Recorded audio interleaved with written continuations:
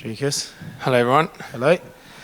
You know, a lot of talk about this fight's been, oh, it's personal this, it's personal that. But when we've seen you and Izzy at the press conference before, it was kind of well-mannered. And I think even on this fight week, it's not like we've heard, like, terrible insults thrown at each other. As you get close to the fight, how are you feeling personally about the contest? Yeah, I mean, I know it's definitely personal for him because he took a lot of offense in what I said for speaking the truth, and he didn't like it. So it was never personal because there's nothing to be personal about. For me, I stated facts. I said what I said. It's 100% the fact. And he took it very personal. So yeah, he's angry. I don't care. And I mean, that's it. At the end of the day, I'm here. I'm here for my business. My business is winning, not defending about winning this fight. When you look at this fight, ignore all the other stuff outside of it, do you think this is almost a contest between two puzzles, right? He was considered this big puzzle that was hard to figure out with his feints and his movement, and now you've come in here and it seems like a lot of people can't even figure out what you're doing to be successful, but you are being successful. Do you see this as a clash between two men who can confuse most of the division, and it's up to the other guy to figure them out? Yeah, I think especially at this level of the sport, that is what you get. I think that is at this level, when you're fighting at the top champion and contender, you get everybody's fit, strong, good enough striking, good enough wrestling, good enough on the grappling. Everybody has aspects. Some a little better, let's say better in grappling, some are better in striking, but everybody's good everywhere. It's about who shows up on the night with the plan, and if that plan is changing, who can, like you say, figure it out. So you can look at it as two puzzles, or you can look at it as two great fighters, and we're going to find out who came with the best armor. You're obviously going to prepare for the toughest guy you could possibly face, right? But there are questions about Israel after that performance against Sean. In your gut instinct and in your heart of hearts, do you think that was an off night for him, or do you think that was potentially the beginning of a new Israel that we're going to start seeing? I'll be honest, I've said it many times in previous interviews where I said I think it was an off night. It was very evident in terms of how he fought, just the whole fight, you could see it. But then I fought Strickland, and my whole perception around that fight changed, because now I firsthand experienced what it's like to fight Sean Strickland. He's hard to hit, and with Izzy, he doesn't throw volume. He throws strikes that, he's pinpoint accurate with his strikes, or at least he tries to be. He's more of a move, hit. And when he fought Strickland, he missed all those shots. Strickland is really, really good defensively. And that was, when I fought Strickland, I immediately realized that's what happened. I threw volume so I could catch him and I could beat him. But Israel doesn't throw the volume, so every time he threw, he missed the shot. He missed the shots. He had 2, 3 maximum, and he would miss. So originally, I thought that Israel had an off night, and then after fighting Strickland and going to watch that fight again, I actually think it was just Strickland that did what he does extremely well, and that style didn't suit Israel at all. Yeah. It sounds like, according to Dana White, Strickland's going to be next for whoever comes out this weekend. Is that a fight that interests you, or are you one of these guys who are like, like we hear Islam Makhachev, right? Like, I don't want rematches. I want fresh puzzles all the time. Are you okay with Sean Strickland, or do you think, hey, that Whittaker-Hamzat fight makes more sense to me? How are you feeling about a rematch with Strickland? Well, the Whittaker-Hamzat fight, I honestly thought, and I actually said as well, I thought that was going to be it but I honestly don't care. I'm here to beat whoever. The fight that people want to see. That's why this fight is so great for me, that we're fighting Israel Adesanya. Because the most people in the fight world wants to see myself versus Israel Adesanya. That's the fight that people want to see, and that is at the end of the day what we do. We entertain. We entertain the people, we entertain the crowd, and we entertain the people that buys the tickets, buys the pay-per-views, because that's why they do it. They want to be entertained. So for me, I don't mind fighting either one of those two, Strickland, Hamzat, or Whittaker. But all three of those fighters have the pros and cons. Actually, fighting Strickland, a lot of people want to see it, but it's a rematch. But if that's the decision of the UFC, great, let's go for it. Fighting Hamzat, he's never been beaten. It's going to be a massive fight, just in terms of numbers. Great, let's do it. Fighting Whittaker, the all-time legend, Robert Whittaker, but it's a rematch. So there's pros and cons in fighting any of these three guys. For me, the most important part is fighting the best next guy. Dricus, on the countdown, I think you used something. They were talking about your fight against Whittaker. You credited your coach for finding holes, and you said there just weren't that many holes in Robert Whittaker's games, and he found them. When you guys are breaking down Israel, are you guys finding holes that you can exploit, or is Israel kind of, just a kind of well-refined fighter in there? No, listen, even with Robert Whittaker, when I said finding holes, we didn't find any holes. We just found a place where holes could be made. So that's what I was referring to in that. At this level, you don't see the holes, these clear holes in people's games. You just don't see it because that's why we're at the top of the game. You do see places where they get uncomfortable. They don't necessarily make the mistakes, but there is place to force them to make mistakes. And that's what I feel we did with the Whittaker fight, and that's what we're going to do in this fight. We don't see mistakes and say, oh, that's where we're going to catch him. No, we see places where they get uncomfortable, and you force that mistake. Well, kind of going off of that, it showed Israel's reaction when you switched to southpaw. Like, he stood up and he was like, oh, he's southpaw now, and he was kind of watching you a lot more. Do you have plans like that for, I'm sure you can't give us your game plan, but do you guys have a specific tailored plan for Israel, or are you just kind of focusing on yourself in there? No, the thing is with Israel, he fights switch stances either way anyway. So, like myself, I fight both ways. With the Whittaker fight, we just, he doesn't switch really. He doesn't switch, so that's why we did that. But I fight switch all the time, and Israel as well. So it doesn't make sense to say, okay, cool, I'm only going to fight this or that. No, it's definitely not. For very specifically for Whittaker, that was the game plan, and for this fight, we had to do something else. So like I said, I can fight both ways, but in a fight where a guy switches the whole time, it doesn't make sense to do something like that. What's with the taser in fight camp? Well, I mean, you don't just become world champion. So that's been a thing that's been happening for a while, or is that because some people thought it was Everybody thought it was something that's new for this camp. Not at all. It's probably been part of the team for 2.5+ years, 100%. But no, we never filmed it. I don't know why. I can see now probably why. The rest of the world might seem crazy, but I mean, we used to be, coach used to leg kick us, and he has a very strong leg kick. If you make the mistakes continuously, after he's warned you a couple of times, but that takes you out of training, not out of training, but it makes training difficult for a couple of days because he has a very hard low kick. So the taser is much better than that because the taser hurts a lot more in the moment, but it's over quickly. So when he introduced that to camp, did he tell you that was happening, or did he just show up with a taser one day? Well, I can't remember the exact moment it happened, but when he came to the gym, he's like, okay, I got this. I just went, okay, great. This is it now. And everybody thought, like, people were laughing, like, no. And I said, guys, might as well stop it. I've known coach for 12 years. The idea's been set. We are getting tased from now on. Might as well get used to the idea. In fact, we've upgraded the taser now because we grew used to the old one. And he almost figured out it doesn't have the effect. Sure. And he actually tased himself. He's like, okay, this sucks, but it's not that bad. Get me a stronger one. And that's why we have the big one now. It's a proper one. So last thing on the taser, like, what is it? Just like when your hand's out of place, he'll just like zap you? Or like, No, it's not like that. He doesn't walk around just zapping people. He warns you. It's not just a quick tase. It's a let's call it the South African sticky note. He tells you, Dricus, your hand, it's not high enough. You're not covering your face. And even though I might feel my hands covering my face, it's just too low. Or he'll say your foot's not in the right spot.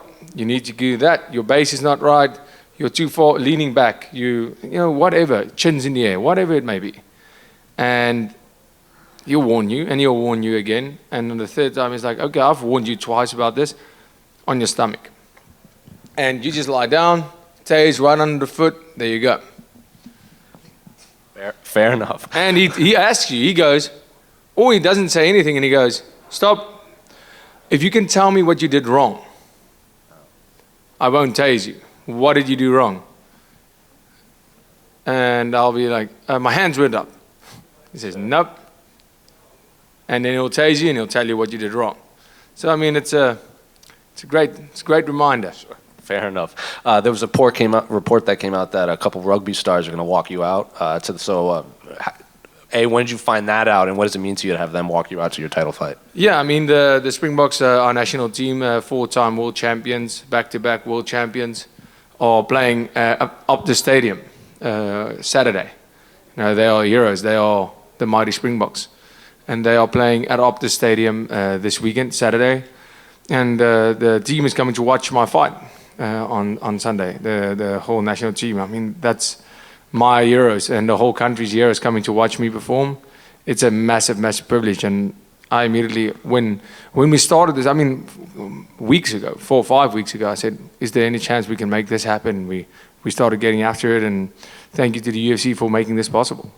Historically, when you see a fighter from a nation become a champion, there's a massive explosion. We're seeing that with Ilya in Spain when Brandon Moreno won from Mexico. So how has MMA kind of exploded since you won the title in January? Oh, wow. It's incredible to see just MMA gyms all over the country exploding and getting better. Just seeing the quality of the local scene in the UFC, where I started my career, an amazing, amazing platform of producing local talent and international talent in Africa, and just seeing the quality of competition there, and seeing the quality of fighters that's being delivered, and also seeing not just in the local promotion, seeing fighters from South Africa that has all this talent but never been taken seriously by the rest of the world. I'm talking about your UAE Warriors, Brave, what's another league where they fight? I mean, Bellator, PFL, those kind of things, those kind of organizations. And now they start looking at Risen as well, start looking at the South African fighters going, well, they have a UFC world champion. There has to be something there. Now the fighters all over South Africa and Africa are getting much more attention from all these almost feeding ground MMA promotions. And that's amazing, because people get the opportunity to do this for a living full time, getting money where they can support a family and support that dream that they have to make it to the UFC and become a champion of the world, because it's been done. So to see that, I mean, we just had the first Olympic wrestler from South Africa in the Olympics, I think, I stand corrected, from 1948. It's the first time, and he fought for a bronze medal, and he didn't win it, but I mean, still, it's a massive achievement. So just seeing martial arts of any sort, just seeing the small wrestling school, karate school, boxing gyms, all of that just growing, because kids look at it and they want to do it, because now they can become a world champion. It's incredible to see, and the support's been amazing. And last one for me, unrelated to your fight, but November 1st, they're going to introduce some new rule changes. They're going to allow 12 to 6 elbows, and they're going to change the definition of grounded opponents. I'm curious, did you hear about these rules, and do you think it has been a long time coming? Yeah, the 12 to 6 elbows doesn't really matter to me. I mean, throwing an elbow like this and throwing an elbow like this is exactly the same thing to me, so I don't really care about that one, but the grounded opponent one is pretty cool. That's a pretty cool rule. I think we're going to see some sick knockouts of that one. Dricus, in terms of the role model you are in South Africa and for African MMA, what would it mean to you to take that belt back again, to defend your title, and the knock-on effect that it will have in terms of bringing the UFC finally to South Africa? I know Dana White has said, should you get past Israel, that will happen. How important is it to you, and are you feeling a little bit of extra pressure because you have the hopes of a nation on your shoulders? Well, I'm getting past Israel, and 100% the fact that Dana said that. I know he said it before, that, you know, if South Africa wins a world title, we're going there. But, you know, it's hard. I know that for a fact. I know there's a lot of things that needs to fall into place. We have the Minister of Sports from South Africa coming to watch the fight, coming to make sure we do whatever needs to be done to get that fight, get the UFC in South Africa and in Africa for the first time. A massive, massive goal I've had for many years, thinking I want to bring the UFC to Africa and South Africa. And that's amazing. I mean, if that is another massive goal in my life ticked, another one that I set, and I can say I went and I did that. But for me, I'm not going out there to defend my title. I'm going out there in my mind. When I get home, I'm going to fetch that belt. I said it before. When I walk out to that octagon, the belt is vacant, and I'm fighting for that title. And the same guy that was willing to die to win that belt is willing to die once again and kill to get that belt. So this is more than just about the belt, isn't it? It's about legacy and what you've done for MMA in South Africa. Yeah, absolutely. I mean, that's been such a big part of what this has been about. My whole career is so much bigger than myself. Of course, the belt, because the belt resembles all of that. The belt resembles the fact that South Africa is being considered to host the first UFC, that Africa is being considered to host the first UFC. And, for myself, the work over all these years, this belt represents. So it's not all of those things. The belt is all of those things are under the belt. The belt is what represents all of those amazing things that are so much bigger than myself, representing my flag, my country, on the biggest stage in the world.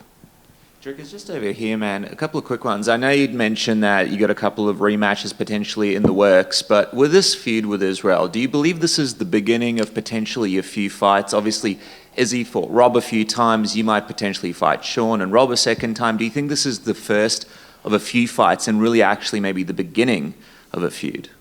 With Izzy? With Izzy, yeah. Probably not. No. I don't think so, to be honest. Well, what makes you think that there's no more fights down the line, just the way that this fight goes? No, I'm not saying definitely. I just saying no, I haven't thought about it. Okay. The stare down you guys had in that first presser in Perth was pretty intense, and I saw you were doing an interview. You said that when you do your stare downs, you like to let the other person know with your energy that you're there and you're not taking a step back. So I guess following up from that at the press conference, what are you expecting at that stare down and then potentially at the weigh-ins? Are you imagining it's going to keep progressing as you guys go on and on? Yeah, I don't know about the weigh-ins, all of that. I'm not thinking about that. I'm thinking that will happen the way it happens in the moment, and I'll be reacting accordingly. But I think that stare down was a very, very good indication of what to expect when the fight comes. And yeah, I meant what I said with the energy, feeling that energy, and you can without physically touching somebody, you can make them feel your dominance in terms of who is the alpha. And that's exactly what happened in that stare down. And that's exactly what will happen on fight night. Just last one from me. I saw Darren Till had some advice for Izzy for the fight. Your reaction to that, and did you get a chance to see what he was saying? I mean, the man got taken down by a boxer. Maybe maybe try and practice what you preach, man. The man couldn't stop a single takedown. The man said he won 2 rounds. He didn't win 2 rounds. He's crazy. I finished him, outstruck him, took him down, finished him in the 3rd round. He says he won the 1st round. I outstruck him 61 strikes to 0. And there was 20 seconds left. That's crazy stats. Yeah, he got me in that 2nd round until I got a take. I don't even know why we started discussing this. I mean, the man's in a downward spiral, and hopefully this coaching gig works out for him. But what I saw in terms of how easy it would be to beat me, why didn't he do it? So easy to see. Why didn't he do it? Dricus, just over here. If you win this fight, you'll have beaten 3 of the past 4 middleweight champions, the exception being Alex Pereira, who's obviously in a different weight class now. Where do you think this puts you in the hierarchy of all-time middleweights, even though you're just starting your reign here? Yeah, I mean, if you put it like that, it puts me pretty high, but that's not how I see it. I have a lot of work to do to be considered the greatest, or even close to that conversation. So, for me, this is, like you said, the beginning, and that's how I'll treat it. Dricus right here, bro. Over here. Yeah. What's up, bro? I know they say it kind of takes a team to get you to where you're elevated at. Correct me if I'm wrong. You got a guy on your team by the name of ATN who's survived a stroke, a ruptured spleen, and a gunshot to the head. Yeah, that is correct. The man is my corner, one of my best friends. Etienne is a legend in South African rugby. Played professional rugby and all over the world. And exactly like you said, the man has had multiple strokes, got shot in the head, had crazy story. He has a book out, Euro in South Africa. And just to have people with that kind of mindset, and I actually trained with the man. Have trained with him for many years, and he moved to America now, but he's been there for every single fight, and it's going to be great to have him in the corner, just to have that. You think to win a fight is motivation. Look at that, man. Look at that.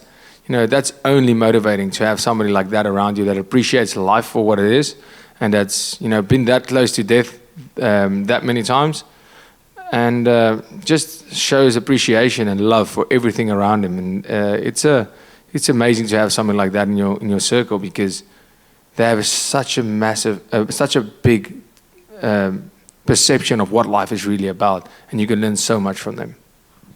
Dricus, just over here.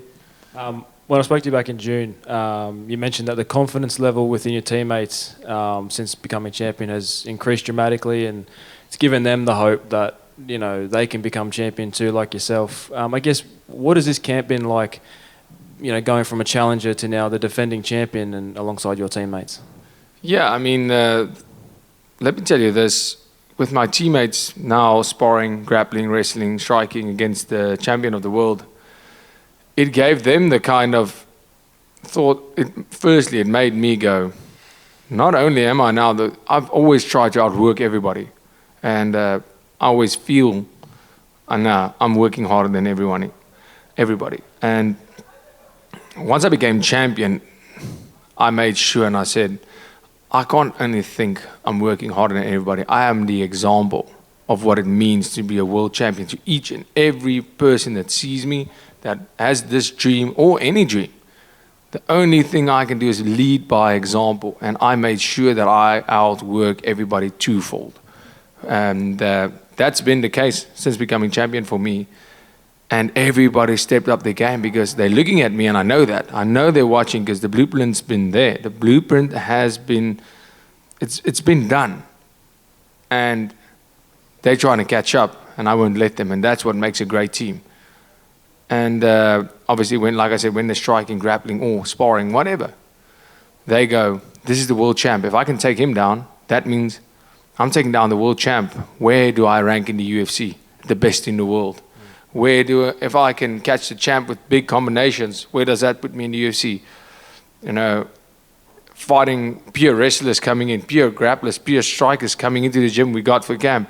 All of them go, well, I know he's not a pure striker, but he's still the world champ. So if I can beat on him, that's a feather in my cap, and I won't let that happen. So immediately I had to level up because everybody that went against me leveled up. And that was incredible. And I mean, as I get better, my team gets better, we all get better, and every fight we will be better, and I can't wait to prove that. And just one more quick one. You've had some time now enough time to spend in Australia, I guess. What are your thoughts of Australia? I know you've spent some time with Jackson and Clayton, those sort of guys, making some funny skits. So I guess, what is your thoughts of Australia been so far? Yeah, myself and Jackson have been mates for quite some time. He was at my fight in Toronto as well. And then he came, he said he's going to visit South Africa for maybe a week, maybe 10 days, and he stayed for 2 months. He lived with my friend. We basically saw each other every day then. He just loved South Africa, so coming to his backyard is great. I was here 5 weeks ago when we made that skit with for the presser, and he's here right now. He came to watch the fight. Obviously, we'll have a great time afterwards.